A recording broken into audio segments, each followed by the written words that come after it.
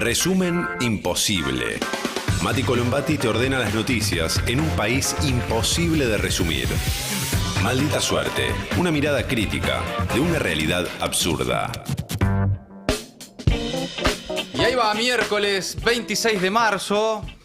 Varias cosas para comentar. En principio, la brutalidad del gobierno de creer que por tirar un monumento a Osvaldo Bayer, nadie, nunca más en la historia, va a pensar que es buena idea tal vez ver qué decía Osvaldo Bayer. Sí. Más bien todo lo contrario. Todo lo que está sucediendo por estas horas es que un montón de pibes y pibas están googleando Osvaldo Bayer. Dicen, mirá, eso es interesante lo que está pasando, se van a vender más sus libros, en fin.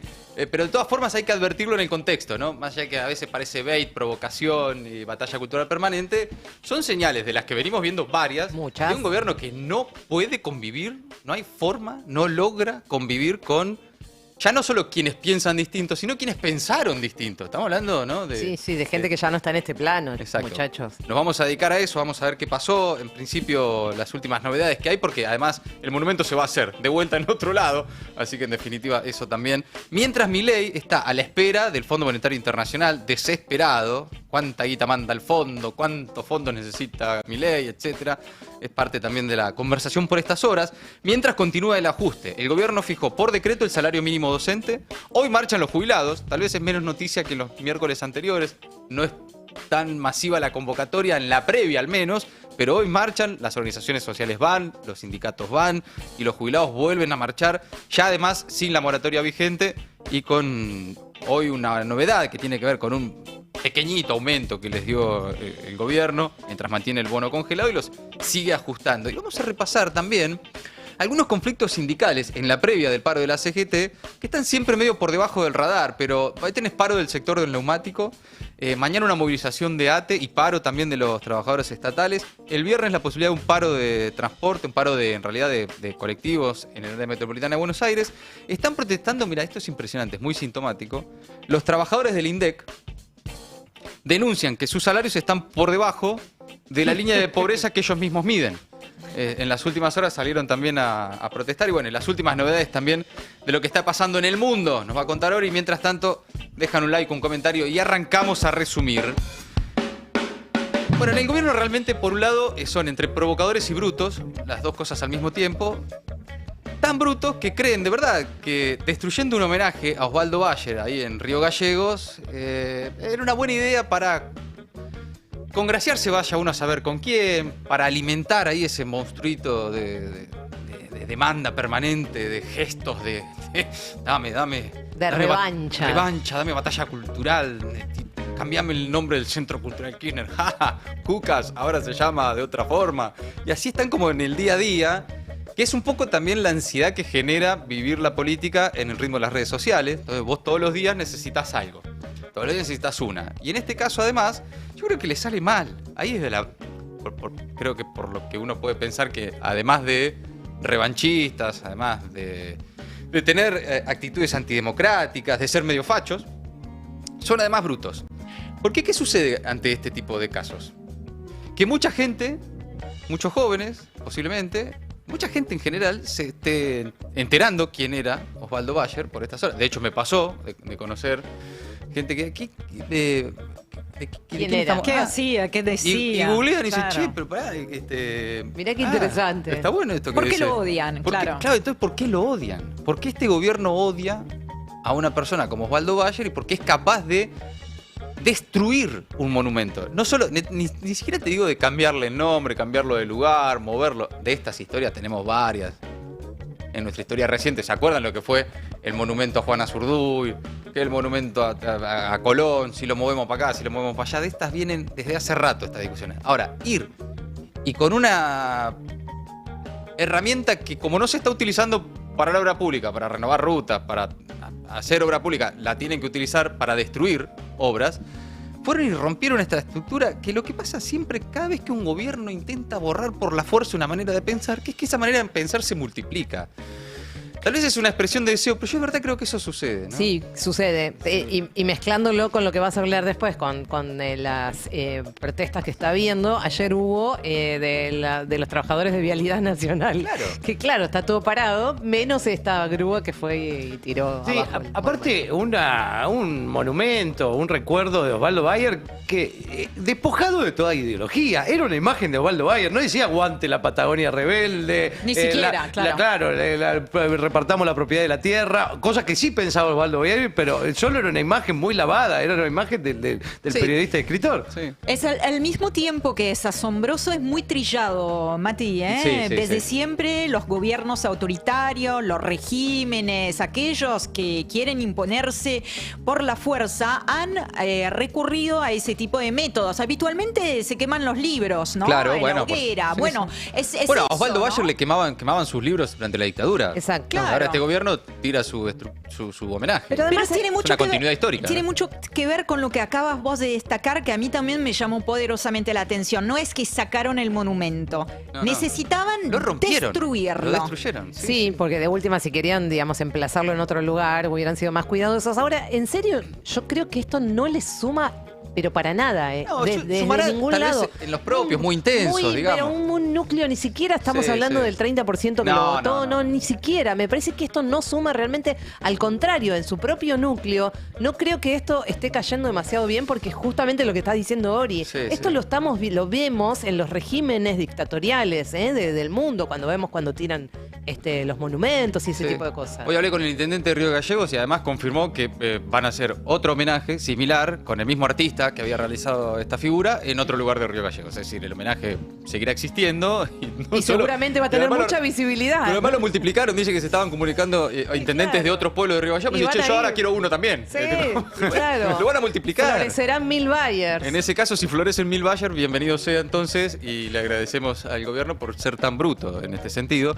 A esta hora, en este momento, está el Partido Obrero realizando una movilización hacia Vialidad Nacional en repudio a la destrucción del monumento, que, bueno, había una frase que decía, hay que esclarecer nuestro pasado para que nunca se repita, decía el cartel, y algunos mensajes más, ahí, bienvenidos a la Patagonia. En definitiva, era un homenaje, obviamente, no solo a Osvaldo Bayer, sino también a todo lo que él visibilizó. Gran parte de la historia muy oculta, la historia oficial argentina, Claro. durante muchos años. De esa región. De esa región, especialmente de la Patagonia, claro. Era un homenaje que había realizado la Secretaría de Derechos Humanos de Santa Cruz y la Mesa Provincial por las Huelgas Patagónicas, que habían decidido recordarlo a él, a Osvaldo Bayer y a los 1500 obreros en huelga que fueron fusilados, en centenares de casos además desaparecidos, allá por 1920 y 1922. Toda esa historia que Bayer había, de alguna forma, iluminado, ¿no? Porque era parte de la historia oculta, por la historia oficial de aquellos años, digamos, todo lo que era la línea Mitre de la historia, con, bueno, pila de libros, investigaciones, La Patagonia Trágica, Los Vengadores de la Patagonia Trágica, un libro que además fue censurado por la última dictadura militar. Viste que cuando decimos Sí. que hay una línea histórica, hay un hilo rojo que une, después los libertarios se ofenden, dicen, no, ¿cómo vas a comparar con Martínez de Hoz? ¿Cómo vas a comparar? Pero chicos, están haciendo Cosas muy parecidas. en otro tiempo fíjense, histórico, claro. en otro tiempo histórico, con otras particularidades de la historia, cosas muy parecidas. Censurar a Osvaldo Bayer. Repasemos, ¿quién lo hizo? ¿Quién fue el último que lo hizo? El gobierno militar. Sí, Y ahora de- lo están haciendo ustedes. Sí, que es cultural y es económico. Destruir, por ejemplo, el tejido industrial también, ¿no? Se ofenden, digo, por una comparación que me parece que tiene su asidero. Bueno, el monumento había sido colocado ahí a la vera de la Ruta 3, sobre la entrada de la capital santacruceña, el 24 de marzo de 2023, ¿no? Ahí con la participación del hijo del escritor Esteban Bayer y familiares de los obreros fusilados en las huelgas de Fora y también de detenidos desaparecidos de la provincia. Bueno, otro dato, por supuesto, a horas del 24 de marzo. Hoy el intendente de Río Gallegos me decía, no lo hicieron el 24 de marzo porque es feriado y le tiene que pagar doble a los trabajadores que Claro. mandaron para tumbar. Hasta ratas en eso son. Sí. O sea, si lo hacían ayer, lunes feriado, le tenían que pagar doble al tipo que manejaba la máquina, Claro, que pobre. claro. Nada, Sí, a ver, qué sé yo. una erogación tremenda. Bueno, paralizada la obra pública, vos tenés al organismo encargado de realizar rutas dedicándose a tumbar estructuras, ¿no? En lugar de hacer obras, destruyen obras. Que esa es otra también, muy de esta época. Cambiarle el nombre a las cosas, ¿no? Entonces al Centro Cultural Kirchner le sacan el nombre y le ponen Palacio Libertad. Porque les molesta, supuestamente, que haya obras públicas, obras enormes con nombres de dirigentes políticos. A lo que uno podría decir, hacé nuevas obras y ponele el nombre que se te cante las pelotas, pero hacé nuevas obras y ponele Julio Argentino Roca, ponele Alberdi, ponele Karina Milei, si Carlos querés. Menem, Pero ponele, hacete una obra, hermano. Claro, pagale a alguien para que las haga. Porque cambiarle el nombre a las que existen o destruir las que ya existen, solamente te ubica en un lugar de brutalidad, ¿no? Sí, no, la verdad que sí, eso. Y además ver que las únicas imágenes que tiene este gobierno relacionado con maquinarias de retroexcavadoras, Sí. este tipo de trabajo, son la de ayer con la grúa en el centro Kirchner y la de hoy destruyendo la estatua de Waldo Bayer Sí, sí, y una sí. anterior llevándose una estatua de Néstor Kirchner. La verdad que es muy pobre como utilización de maquinaria también. Es muy significativo que sea la maquinaria de Vialidad Nacional, cuyos trabajadores están advirtiendo que no se renuevan las obras, que no hay rutas, que no se están reparando las rutas, entre ellas la ruta de la Patagonia, y son la misma retroexcavadora que en lugar de utilizarse para eso se utilizan para tumbar una estructura de Osvaldo Bayer, ¿no? Bueno, es una buena excusa para recordar que decía, por ejemplo, Osvaldo Bayer sobre la campaña del desierto de Julio Argentino Roca. Y también Roca, siendo presidente, hace la primera represión de la primera gran manifestación que hacen los obreros por las 8 horas de trabajo, el recordativo de los mártires de Chicago que habían sido ahorcados por la justicia norteamericana. Bueno, ordena a la policía atacar a esa manifestación que se hacía pacífica totalmente, que se hacía en La Boca, y ahí cae el primer mártir del movimiento obrero argentino, que es el marinero Juan Ocampo, de 18 años de edad. Los obreros toman sobre sus hombros al cuerpo sin vida de Juan Ocampo, lo llevan al local del diario La Protesta, que era el diario de ellos, y allí lo velan, y a la noche Roca, siendo presidente, ordena el allanamiento del diario La Protesta, entra la policía, destruye todo, se llevan el cadáver de Juan Ocampo, que nunca apareció. Es el primer desaparecido de la historia argentina. Bueno, no era exactamente sobre la campaña del desierto, sino sobre esa otra historia que también Osvaldo Bayer contó como pocos. Un viejo anarquista, libertario de verdad. El término libertario representa y significa, no como estos falsos libertarios. Bueno, nota de Esteban Bayer hoy en página 12, hijo de Osvaldo. Al viejo no lo pararon todos los golpes que le dieron a lo largo de su vida y menos lo van a parar ahora con una topadora. Intentaron callar su verdad con los más diversos mecanismos de la represión y persecución. De haber aprendido de la memoria, sabrían que todos sus intentos fracasaron, dice en un texto que se titula Sátrapas.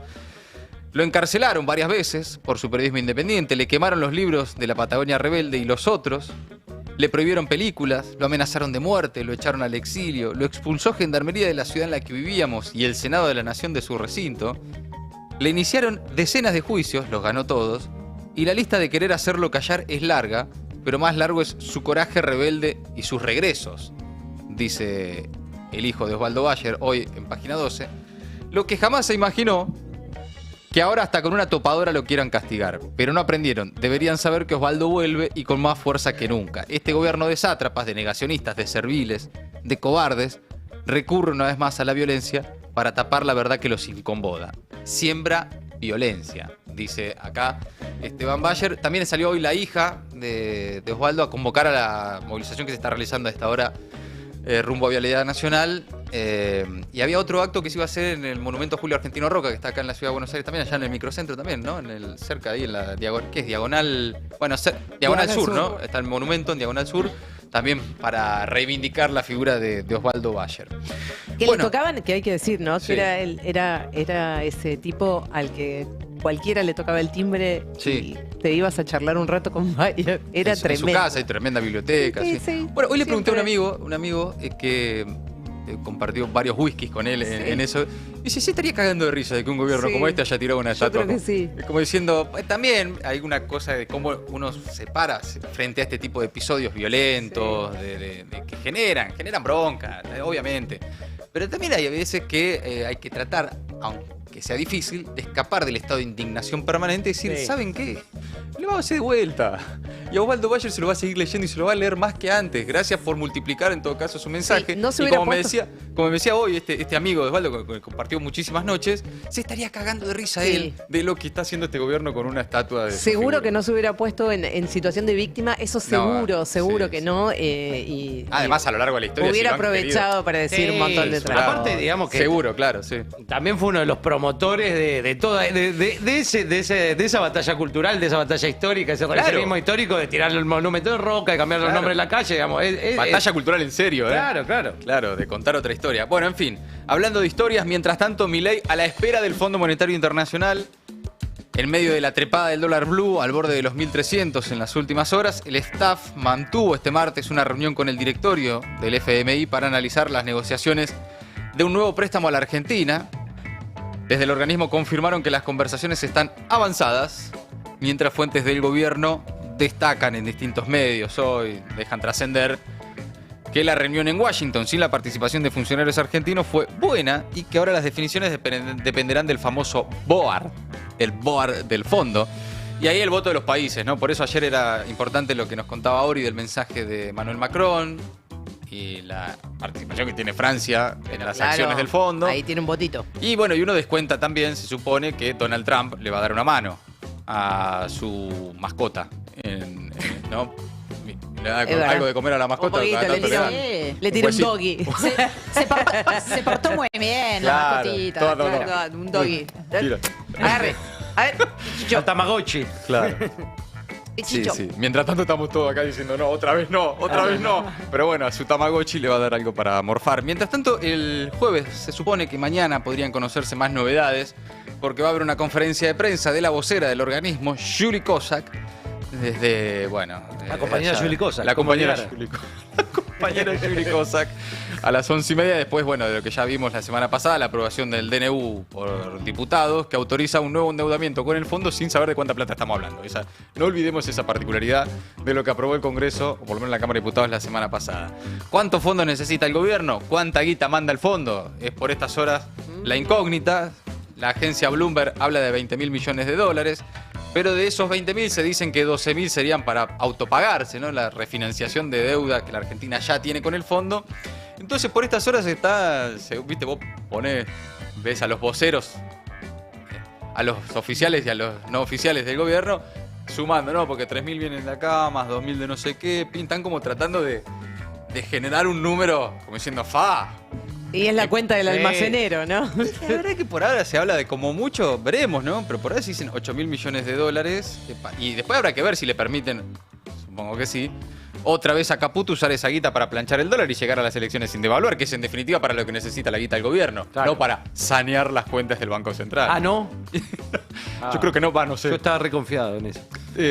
Mirá, con Toto Caputo al mando, a mí me da más la sensación de que es para otra cosa. Pero capaz que es un prejuicio por, qué sé yo, porque ya Toto Caputo lo hizo en otro momento de la historia. Me gustó que hoy leía que en una cosa de Clarín que decía que se iba el equipo de Caputo mañana para Chile, tipo los tours de compras, pero van a hacer los tours. Se iban mañana para Chile, que no, ¿Qué van a justo ver? están uno del Banco Mundial y del BID. Porque está más barato en Chile, como... Claro, no sé. Van ahí, bueno, vamos a hacer un tour a ver si le sacamos algo a lo del BID que está en Chile. Claro. Bueno, hoy Alfredo Zayat acá en el pase del Destape con Roberto Navarro, charlando sobre a qué valor del dólar también. Mientras tanto, se empiezan a poner los precios de los productos locales. A ver qué decían. Directa y una devaluación implícita. Alfredo, están subiendo los alimentos porque los dueños de las empresas de alimentos saben que va a pasar eso. Saben que no van a reponer más ya un dólar de 1.050, 1.070. Y como no saben a cuánto van a reponer, lo suben de más. Claro, va al techo, va al techo. Va al techo. Eso, por eso te digo. La devaluación directa es el piso. Va a ser, digamos, vamos a poner el supuesto, la hipótesis, 1.300. Entonces vos ahí ya tenés casi un ajuste del 30%. Claro. Pero tenés un techo, la implícita. Puede llegar a 1.500. Entonces el ajuste del tipo de cambio es del 50%. ¿Qué piensan? Digamos, y no es de ingenuidad. ¿Qué piensan? Que la mayoría de los que fijan precios en Argentina van a elegir ¿El piso o el techo? Van a poner los precios con $1 a 1.500. Bueno, entonces... ¿Quién va a vender dólares a 1.300? Empezaron a hacerlo ahora. Bueno, Empezaron a hacerlo ahora. Entonces, esa es la discusión que hay y donde está entrampado el gobierno. Y cada vez es más débil en esa negociación. ¿Por qué cada vez es más débil en esa negociación? Porque a medida que se extiende, ¿qué es lo que pasa? Menos dólares tiene el Banco Central. Entonces, es como que vas a una mesa y en realidad... El otro que estás cada día más desesperado. Claro, cada vez más desesperado. Y entonces, bueno, esto es lo que lleva a una situación crítica, vinculado con qué es lo que está pasando con las reservas. Todo esto que nosotros decimos, no estamos descubriendo la pólvora. Claro. Lo saben todos. Claro. Lo saben todos. No es que es algo que yo te lo estoy... Puedes... Bueno, ahí está Alfredo, siempre tan claro, Alfredo Zayat, esta mañana acá con Roberto en el pase. Yo cuando no sé muy bien qué sucede sobre economía, voy y lo leo a Alfredo. Alfredo, ¿qué pensás de esto? Alfredo, ¿qué pensás de lo otro? Y siempre es clarísimo. Le mandamos un abrazo. Y además es ya de Racing, me parecía como un dato importante. Sí, importantísimo. Yo creo que es algo que tienen que todos siempre tener el... Sí. Y tiene un entre podcast la información. bárbaro que se llama Mano a Mano. Mano a mano con Con Alfred Ábalos, en realidad. Con Ibáñez puede decirse, con pero Ibáñez, digamos, con Pablo Pablo, Ibáñez, con Pablo claro. Ibáñez. Pero ese Es con Alfred la mano de Ábalos. Alfred Ábalos es Con lo que Alfred es. Es verdad. Es lo Con que es. Alfred Ábalos e Ibáñez. Claro, exactamente. Bueno, mientras tanto el gobierno enfrenta una carrera contra reloj para cerrar este acuerdo técnico. Milei dijo a mitad de abril, así que bueno, veremos. Todo esto debería estar cerrado antes de una nueva cumbre con el fondo el 21-22 de abril en Washington. Mientras, bueno, el dólar anda ahí, viste, medio a los altitos. Sí, Y los que Ricky. están por estas horas remarcando precios dicen, che, a mí me da la sensación de que... Esto se va a ir un poquito a la mierda. Los precios que yo tengo que poner hoy los tendría que empezar a poner a $1 que yo supongo que va a estar más caro. Entonces ya ahí empezás a ver cómo se viene de vuelta el toqueteo de algunos números. Mientras tanto, mientras el gobierno acuerda con el FMI, continúa el ajuste, que por supuesto garantiza las condiciones de ese acuerdo. Y entonces, ¿quiénes lo pagan? Bueno, por ejemplo, los docentes. Luego de hacer fracasar la paritaria docente, el gobierno de Milei impuso en las últimas horas de manera inconsulta y unilateral por decreto un salario mínimo de 500.000 pesos para los maestros. La cifra está por debajo de la línea de pobreza, es menor que la inflación acumulada desde el último incremento salarial y una decisión que choca además de frente con las demandas de los gremios del sector que no solo pedían una cifra superior para el inicio del año, sino también un resarcimiento del último tramo de la paritaria desde hace por lo menos 2 años, luego de la devaluación de fines de 2023 de Toto Caputo, que dejó achatados los ingresos de los docentes como de todos los estatales, sector público en general y demás. Sí, algo parecido también a lo que contábamos los otros días con respecto al salario de docentes universitarios. Sí, universitarios, salud, educación, Todo. jubilados, todo lo que está pagando el ajuste, la casta, ¿no? La casta que está pagando el ajuste, que le permite a Milei sacar pecho y decir, acá tenés equilibrio fiscal, etcétera. Bueno, es a costa de todo esto. Los gremios habían rechazado la única oferta hasta ahora del gobierno por insuficiente. Aguardaron una nueva convocatoria, pero eso nunca ocurrió. Hay un comunicado de Cetera, publicado hace un rato, que dice: expresamos nuestro absoluto rechazo a la decisión unilateral del gobierno nacional de fijar el salario mínimo docente sin instancia de negociación con las organizaciones sindicales. Dice también Cetera que esta medida autoritaria desconoce la paritaria nacional docente, un derecho conquistado tras años de lucha, y atenta contra las condiciones laborales y salariales de las trabajadoras y los trabajadores de la educación. Y dice Cetera también que esto profundiza la precarización y la desigualdad en el sistema educativo, afectando directamente a la escuela pública, al funcionamiento también, por supuesto, de la escuela pública. Pero no solo lo pagan los docentes, también lo pagan los jubilados. Ya sin moratoria vigente, que venció el domingo pasado, 23, hoy los jubilados vuelven a marchar, otra vez esta tarde en el Congreso, después de las últimas 2 semanas de movilizaciones masivas y de varias semanas más de movilizaciones de los jubilados los miércoles con represión, ¿no? Es con movilización de jubilados con represión, es como el pronóstico de cada miércoles. Hoy las organizaciones de jubilados vuelven a marchar al anexo ahí del Congreso este miércoles, con convocatorias también en otros puntos de la Argentina. El domingo, recordemos el domingo 23, por ahí las cosas pasan muy rápido y todo al mismo tiempo en la Argentina, pero el domingo 23, el domingo pasado, se terminó la moratoria previsional, uno de los principales reclamos de estas marchas también, no solo por los haberes jubilatorios, sino por las futuras jubilaciones, Con la caída de la ley de moratoria, nadie va a poder jubilarse, lo que indica un comunicado del Plenario de Trabajadores Jubilados, una de las organizaciones que convocan para esta tarde 17 horas. También reclaman por la restitución de los medicamentos y la atención en PAMI y en las obras sociales provinciales, la ampliación de los listados, atención integral, suministro de insumos, nombramiento de cuidadores. Todo eso es lo que están pidiendo los jubilados, no solo haberes jubilatorios que no sean de miseria, ¿no? El miércoles pasado, cuando luego de que se votara la aprobación del DNU, por el acuerdo del Fondo Monetario Internacional, después de eso, mientras estaba ocurriendo la marcha fuera del Congreso, que no tuvo incidentes, etcétera, etcétera, se intentó dar quórum, obviamente no se llegó, para extender una prórroga de la moratoria, por supuesto no sucedió. Sí, sí. Se acordó bastante tarde la oposición también, ¿no? Justo 4 días antes de que venciera la moratoria, de que vencía la moratoria el 23 de marzo se sabía de hace rato, pero bueno, se ve que se acordaron medio justo sobre la hora. En las últimas horas también el Gobierno Nacional oficializó un aumento del 2,4% para los haberes jubilatorios y las pensiones a partir de abril y confirmó que otorgará nuevamente un bono extraordinario de 70.000 pesos, que es el mismo monto que está desde hace casi un año. No va a actualizar ni va a incorporar ese bono a los haberes jubilatorios, una medida que eleva el mínimo a 285.000 pesos, ¿no? Así que ya saben los jubilados que vienen ganando en dólares muchísimo más que antes de que llegara Milei al gobierno, Claro. que con esas ganancias extraordinarias en dólares, con 285.000 pesos por mes. Bueno, chicos, vean, no sé, inversiones, bonos, títulos, Bueno, ahora criptos. lanzaron el dólar linked, van a lanzar el bono dólar Que linked. es para jubilados.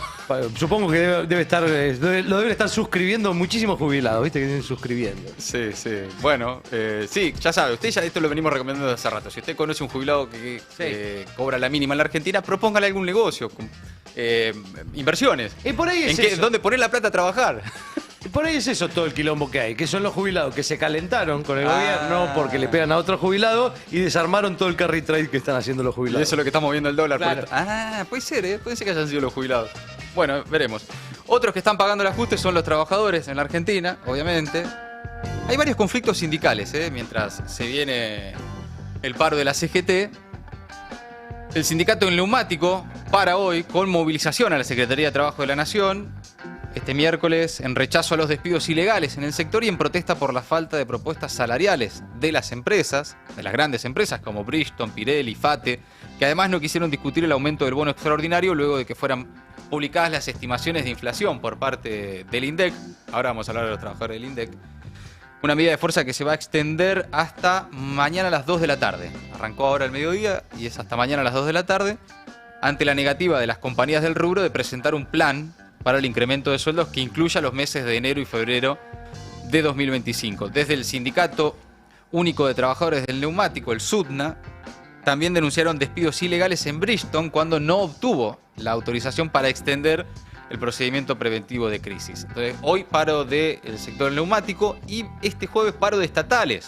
Otra noticia también de estas horas, que ATE confirmó el paro nacional de este jueves, con 50.000 contratos de estatales a punto de vencer. Me estuvieron llegando mensajes en los últimos días de mucha gente que el 31 se queda sin trabajo. Ahora, la semana que viene, gente muy desesperada, que debe llegar el final de su sustento familiar.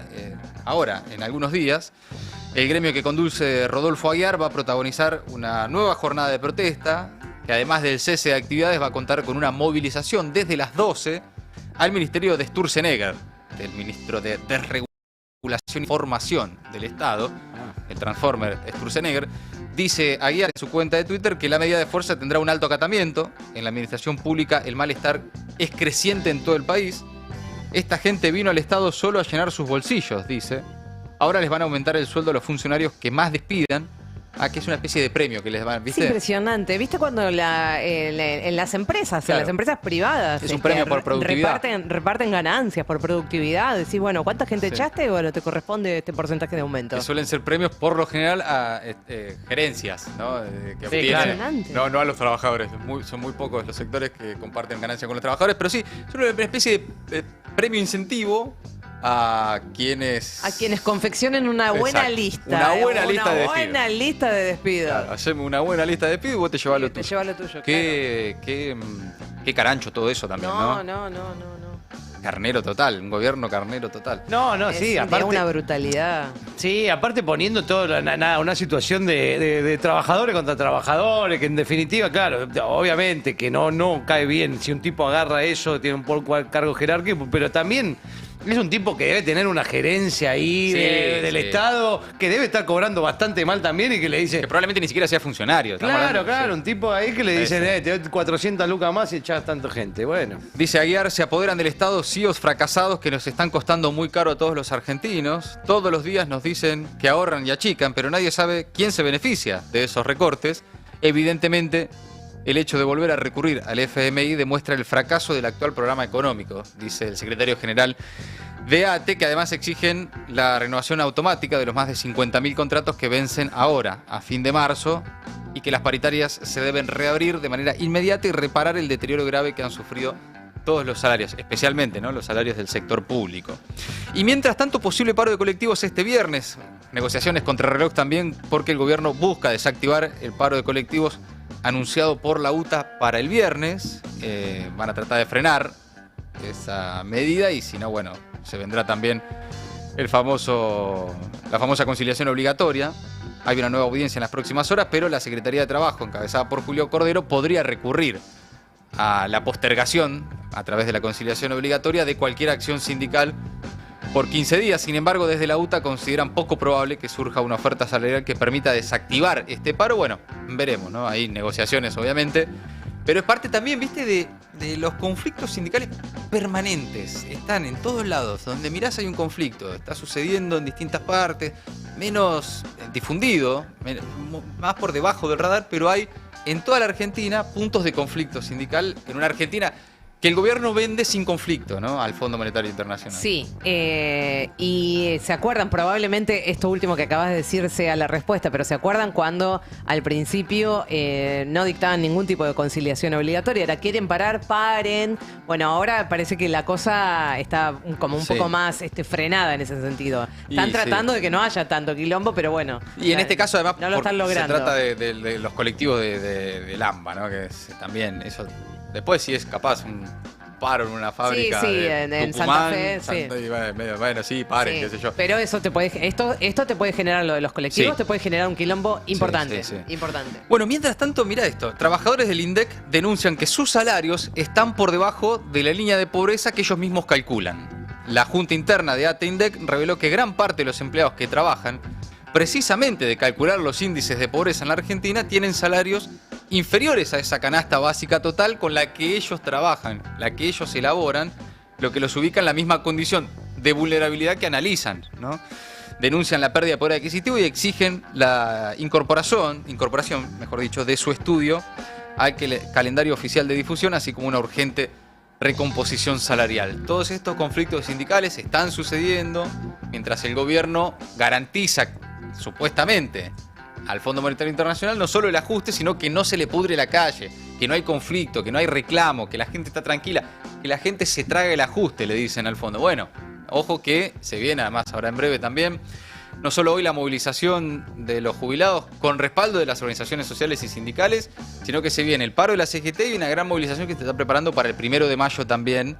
Ya más o menos se supone que para esa época, abril, mayo, debería estar cocinado ya el acuerdo con el fondo. Bueno, veremos. Si es que llega, ¿no? Si es porque que llega, es como el General Alais, ¿viste? Sí, Va como la llegando, utopía de va Galeano. llegando, es la utopía, Hoy- te sirve para caminar. Hoy ahí en Rey repasamos la cantidad de veces que se anunció. Desde más o menos julio del año pasado encontramos rastros de que vienen anunciando este anuncio que De viene que ya está, de llegando. que ya está. Que el año pasado hubo anuncio de ya está en el monto y los plazos y no sé qué, y no llega, ¿eh? Y Toto Caputo dijo hace poco que ya le falta el moño. Que ya está, ya lo tenemos. Ojo con los anuncios de los anuncios que miren No, que a otros no anduvo gobiernos bien, no ¿eh? le fue bien, ¿eh? El anuncio le fue no bien, funciona. No funciona. ya 4 está años comprobado. estuvimos viviendo de anuncios. Comprobadísimo que no Tampoco funciona. colgarse de los triunfos de la escaloneta, tampoco anduvo ese. Exactamente. Comprobado. Comprobado que no funciona. Bien, hasta ahí las últimas novedades en la Argentina. ¿Qué pasa en el mundo, Ori?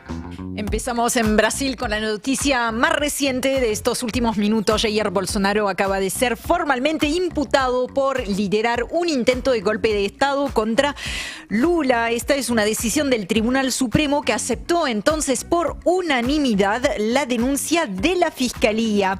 Recordemos muy brevemente que el plan golpista contemplaba, según la acusación, ¿no?, el asesinato de Lula, su vice, y también del juez del Supremo, Alexander de Moraes.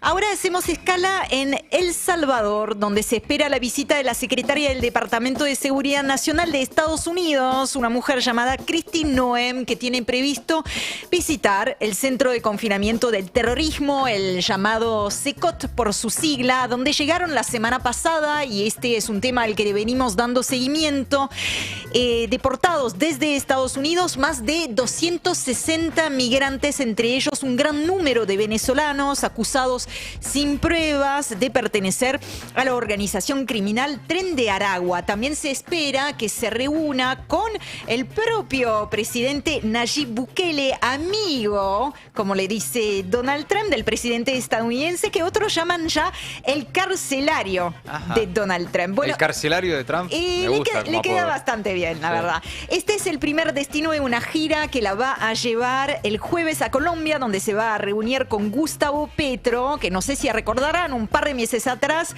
se negó a recibir un avión militar con ciudadanos colombianos deportados a bordo por las condiciones en las que estaban siendo trasladados. Y luego estará en México, donde se reunirá con Claudia Sheinbaum. A todos lados, Kristi Noem estará viajando con su libreto antimigratorio.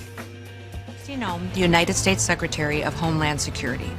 Thank you, President Donald J. Trump, for securing our border and putting America first. Está hablando la señora Kristi Noem de cómo es la historia ahora en Estados Unidos, ahora que Donald Trump está en la Casa Blanca. Si estás considerando entrar ilegalmente a Estados Unidos, ni lo pienses. Seamos claros, si venís a nuestro país y violás nuestras leyes, te perseguiremos. Los delincuentes no son bienvenidos en Estados Unidos. Durante demasiado tiempo, un liderazgo débil dejó nuestra frontera abierta de par en par y ha inundado nuestras comunidades de drogas, tráfico de personas y delincuentes violentos. Esos días ya pasaron. Bueno, es la... No la tenía esta, mirá que nos venís contando de personas horribles hace rato largo. A esta la verdad que no la conocía. No tenía tanta es nueva, esta es nueva. No tenía tanta visibilidad. Bienvenida Kristi Noem, entonces. Este mensaje y eso que es bastante visible, ¿no? Es visible, sí. Está hablando, para los que no están viendo, digamos, a su belleza muy hegemónica, podríamos decir, ¿no? Y está muy siempre puesta en escena. De hecho, tiene un montón... Muy producida. Ahora estoy pensando en un personaje argentino que le gusta mucho sacarse fotos con uniformes, etcétera. Ella también se pone la gorra, el coso, el arma. Se disfraza bastante. Le gusta. ¿Te referís al ministro de Defensa? No lo quería nombrar. No es mi materia. No. Ya tiene demasiado quilombo que habla de otros temas. Como para sumarle. Palabras en la boca de lo que recién escuchamos es parte de la estrategia retórica, ¿no? Confundir, superponer los conceptos de migrantes en situación irregular con delincuencia. Ahora nos vamos a Perú. Perdón, me doy cuenta que es un poco largo. Dina Boluarte anunció que las próximas elecciones generales serán el 12 de abril de 2026. Los comicios serán para elegir al nuevo presidente o la nueva presidenta, a los representantes del Parlamento andino y también el Congreso, que volverá a ser bicameral, o sea que van a tener nuevamente diputados y senadores. En un mensaje a la nación aseguró que su gobierno garantizará la imparcialidad del proceso. El 12 de abril del 2026, los peruanos tendremos una cita con la historia y elegiremos a las nuevas autoridades en unas elecciones democráticas, limpias, transparentes y ordenadas. Ese es el compromiso que asumimos como peruanos, el de asegurar una jornada electoral con todas las garantías que la democracia y nuestro país se merecen. Bueno, la palabra de Dina Boluarte, que en 2021 aseguró que renunciaría si Pedro Castillo era vacado por el Congreso. Un año después estaba al frente del gobierno y desde entonces se aferra al poder. Los primeros meses de su mandato estuvieron marcados por, recordemos, la represión a los manifestantes que reclamaban justamente su renuncia, con un saldo de al menos 50 civiles muertos y cientos de heridos. Unos días atrás, les comento de paso, pero empezó el juicio contra Pedro Castillo, de quien ya nadie está hablando. Sigue en cana, ¿no? Y que se encuentra detenido desde diciembre de 2022. Y si me permiten, terminamos en Europa con un kit. Con un kit de supervivencia. ¿Cómo sería eso? Vamos, ¿para sobrevivir a qué? First up, my glasses. Super important if you want to see what is happening. El video buscaba ser un humorístico. Next, my document in waterproof. Bueno, que cada uno opine lo que quiera. El punto acá Now. es que Bruselas le está pidiendo a los países europeos que sus ciudadanos tengan preparado el kit de supervivencia en cuestión. Bueno, todos sabemos de la advertencia romper el vidrio en caso de emergencia. Esto sería el romper el vidrio en caso de crisis, eventos extremos, desastres naturales o guerra. El kit debe permitir a los ciudadanos subsistir durante al menos 72 horas sin necesidad de ayuda exterior. Esto es absolutamente oficial. ¿Es oficial? Anda re tranquilo el mundo. Sí, Esto es una decisión de Bruselas, Claro. de la comunidad. Y la persona que está en el video es quien se encarga de la comisión sobre estrategias en caso de crisis. Ok. Pero El- están diciendo, che, cuidado que puede haber una guerra. Exacto. Sí. Ante desastres naturales, cambio climático, pero también ante la posibilidad creciente de que haya conflictos bélicos en territorio en suelo europeo, están pidiendo provisiones de agua, alimentos, batería, medicamentos y un largo etcétera. Es parte de una estrategia más grande de preparación de la Unión Europea. Bien que incluye una radio en el kit. No, como una decía, radio, un ante juego la de duda, cartas. ponés Está una bueno FM. porque da la sensación de que están diciendo prepárense para lo peor, pero de una forma muy amigable. Bueno, ella es lo que intentó hacer. A algunos les encantó porque no tiene el tono dramático, Claro. digamos, de que nosotros le queremos poner y que también está un poquito en el aire, y otros dicen que es esa boludez que Sí. está haciendo. El punto es que efectivamente está todo más complicado. Bien, amigos, hasta ahí el resumen imposible de Maldita Suerte. Maldita suerte. Maldita suerte. En El Destape 1070.